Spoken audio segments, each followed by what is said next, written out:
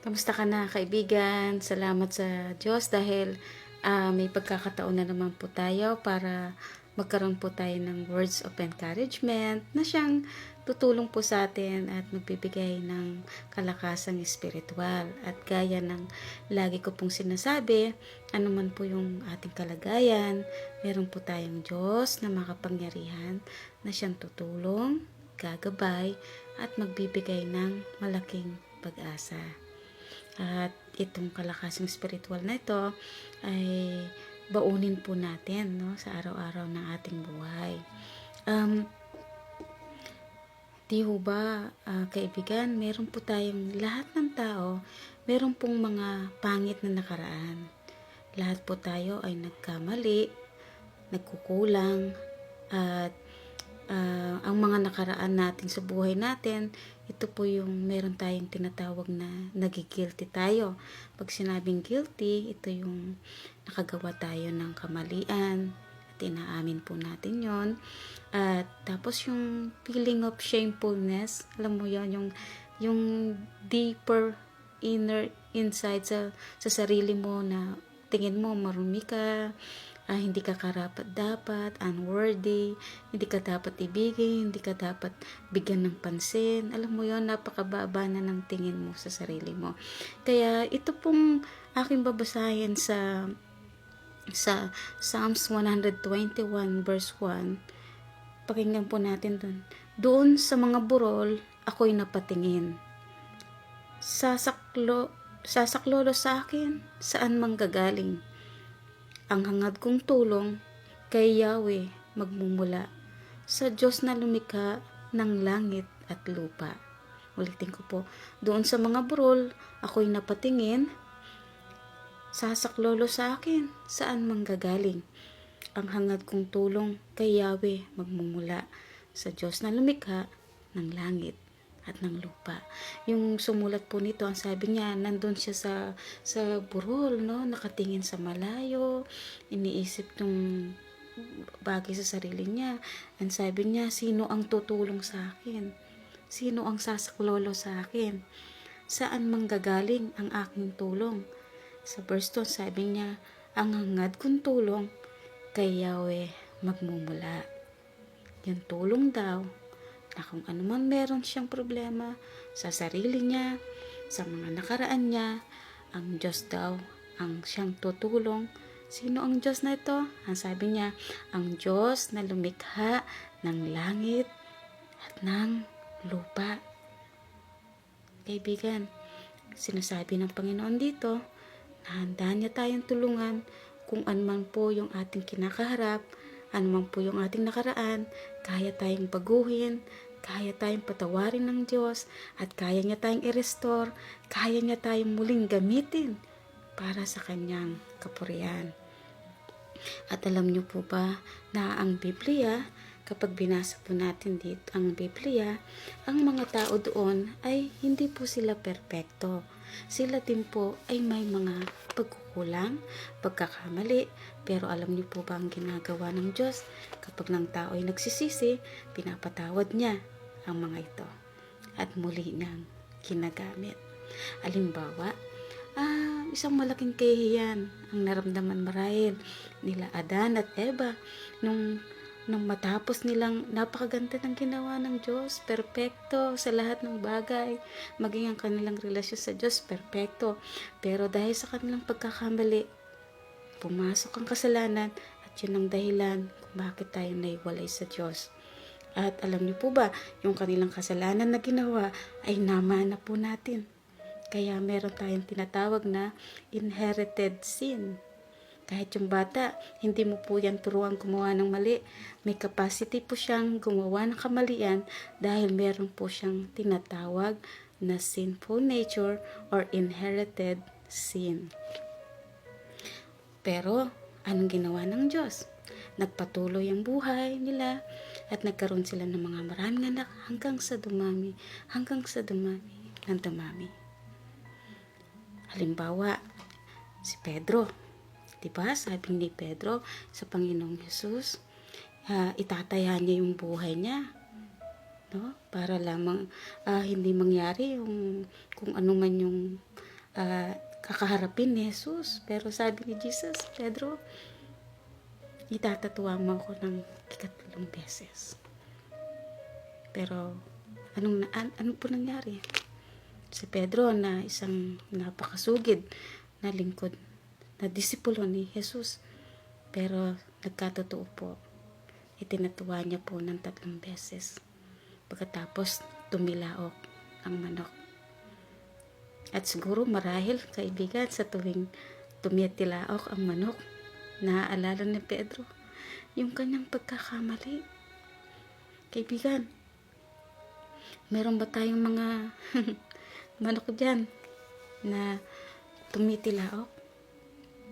Anong ibig sabihin? Meron bang mga manok dyan na bumabalik sa iyo, mga pagkakamali mo? Ito ang sasabihin ko sa iyo, kaibigan. Si Pedro, bagamat nagkamali, ni-restore siya ng Panginoong Jesus. Kung meron ka mang mga manok, o tayo, mga pagkamali,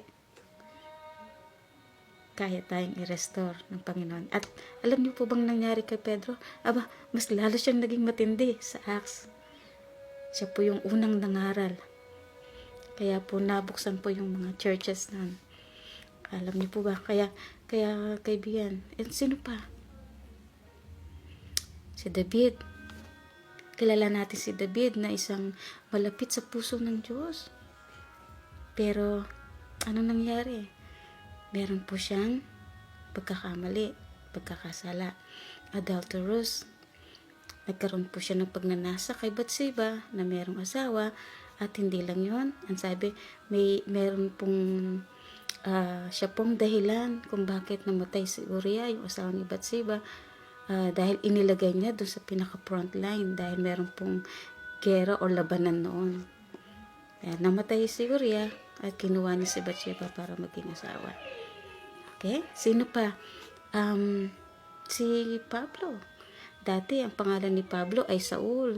Siya po ay taga-usig ng mga Kristiyano. Pinapatay niya mga kinakaladkad ng mga Kristiyano. Pero, alam niyo po ba, itong si Saul ay binago ng Panginoon. Basahin mo Acts chapter 9. Nagpakilala ang Panginoon sa kanya. Ang sabi niya, binago ng Diyos ang buhay ni Saul at tinawag siyang Pablo. At alam niyo po ba, siya po ang sumulat ng halos kalahati ng New Testament. God is a God na nagbabago ng buhay. Palagay mo ba, mahirap baguhin ng iyong asawa? Mahirap bang baguhin ng iyong anak? Mahirap bang baguhin ng iyong kaibigan kamag-anak?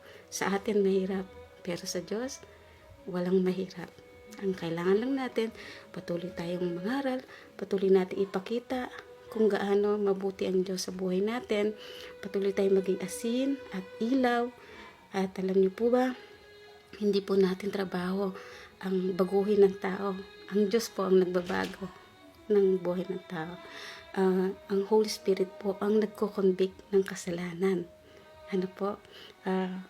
Sa patuloy mo lang italangin at hindi mo alam, isang araw gigising na lang yung asawa mo, yung anak mo, kaibigan mo, kamag-anak mo, at maramdaman nila na kailangan nila ang Diyos sa buhay nila. Kaya magpatuloy lamang po tayo. At si Moses, na isang dakilang ginamit ng Diyos sa Old Testament, mainitin ng ulo, nakapatay ng tao. Pero ano pong nangyari? Ginamit pa rin siya ng Panginoon. At siya po ang sumulat ng 5 books, first 5 books ng Bible. Anong ibig sabihin natin dito?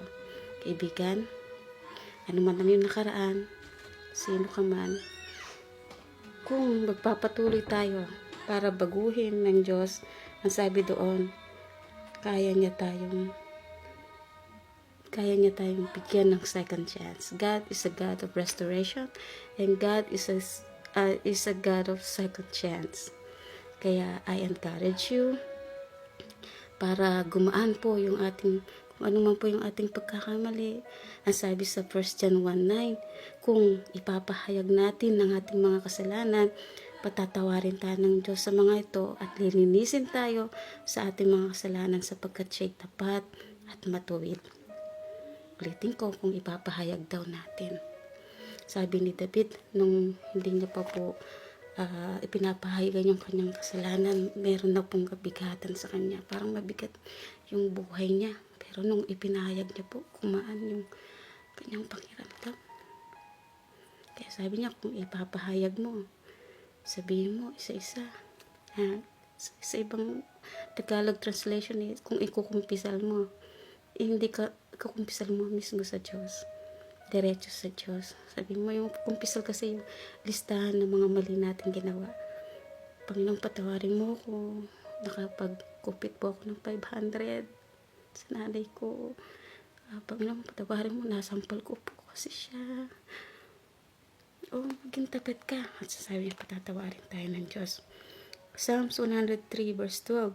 Nagtitiwala tayo na kung gaano kalayo ang silangan sa kanluran, gayon din niya inaalis sa atin ang ating mga kasalanan. So, sabi kung gaano kalayo ang silangan sa kanluran, gayon niya inaalis ang ating mga kasalanan. So, gaano man ang silangan at kanluran ay never po silang nagkita. Tama po ba? So, ibig sabihin, kapag ang Diyos ay nagpatawad, hindi na yun makikita. Okay, magtiwala tayo sa Diyos. At sabi sa Philippians chapter 3 verse 13, sabi ni Pablo, isang bagay ang kanyang ginagawa, nililimot niya ang nakaraan at gumagawa siya sa mga bagay na parating. Limutin natin ang nakaraan. Kaibigan naman, encourage ko rin po sa iba, kung may kilala po kayo na nagkamali noon, iba na po siya ngayon. Dati po siya yun. Sabi nga, ang sinumang nakipag-isa kay Kristo ay isa ng bagong nilalang. Wala na ang kanyang dating pagkatao. At kung nabubuhay man siya, nabubuhay siya para sa Panginoon. Galatians 2:20. Kaya tayo'y makasalanan, ngunit pinawalang sala ng Diyos. Meron tayong nakakayang nakaraan, ngunit meron naman tayong isang magandang hinarap. Lumakad tayo na may kamangmangan at rebelyon, pero ngayon lumalakad tayo ng may panibagong buhay. Pinatawad tayo ng Diyos sa ating kasalanan, sa ating mga kahiyan, at sabi doon, pinatawad tayo, patawarin mo rin ng iyong sarili, at tayo namang mga kaibigan, patawarin din naman po natin yung mga pagkakamali nila noon, dahil hindi po tayo perpekto. At ang pagpapatawad ay tuloy-tuloy dahil ang pagkakamali ng tao ay nagpapatuloy pa rin. Okay? So, I encourage you na mga kaibigan, kung meron po tayong kilalang nagkasala, nagkamali, tandaan natin si Lord, i-restore niya ang mga tao.